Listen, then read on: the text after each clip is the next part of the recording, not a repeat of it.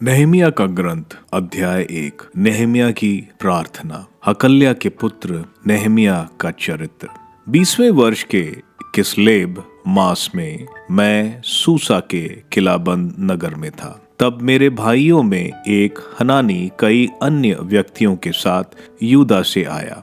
जब मैंने निर्वासन से लौटे हुए यहूदियों और यरूशलेम के विषय में उनसे पूछा तो उन्होंने मुझे बताया, निर्वासन से लौटे हुए वहां उस प्रांत में रहने वाले यहूदी बड़े कष्ट और शोकनीय दशा में जीवन बिताते हैं। यरूशलेम की 4 दीवारी गिरा दी गई है और उसके फाटक आग में जला दिए गए। यह सुनकर मैं बैठकर रोने लगा और कई दिनों तक उदास पड़ा रहा। मैंने उपवास रखा और स्वर्ग के ईश्वर से यह कहते हुए प्रार्थना की, प्रभु स्वर्ग के ईश्वर, महान और भीषण ईश्वर, जो तुझसे प्रेम करते और तेरी आज्ञाओं का पालन करते हैं, तू उनके लिए अपना विधान और अपनी सत्य प्रतिज्ञता बनाए रखता है। कान खोलकर, आंखें उठाकर आपने इस दास की प्रार्थना पर ध्यान दे, जो मैं अब तेरे सामने दिन रात तेरे इजरायली दासों के लिए कर रहा हूँ। इसे सुन,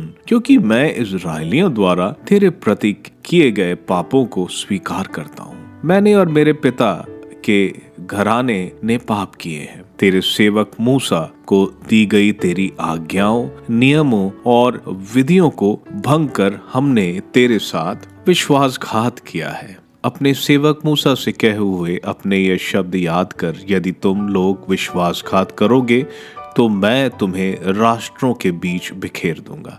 लेकिन यदि तुम मेरे पास लौटकर मेरी आज्ञाओं का पालन करोगे तो मैं तुम्हें बिखेरे हुए को, चाहे वे आकाश के कोने कोने तक क्यों ना बिखरे पड़े हों, फिर से उस स्थान पर एकत्र कर दूंगा जिसे मैंने अपना नाम की प्रतिष्ठा के लिए निश्चित कर रखा है। यह तेरे वही सेवक है, यह तेरी वही प्रजा जिसका तूने अपने महान शक्ति और अपने बाहुबल द्वारा उद्धार किया था। प्रभु, कान लगाकर इस दास की प्रार्थना सुन और अपने उन दासों की पुकार पर ध्यान दे जो सारे हृदय से तेरे नाम पर श्रद्धा रखते हैं। आज अपने दास को सफलता प्रदान कर, जिससे वह इस पुरुष अर्थात राजा का कृपा पात्र बन सके। उस समय मैं राजा की अंगूरी का प्रबंधक था।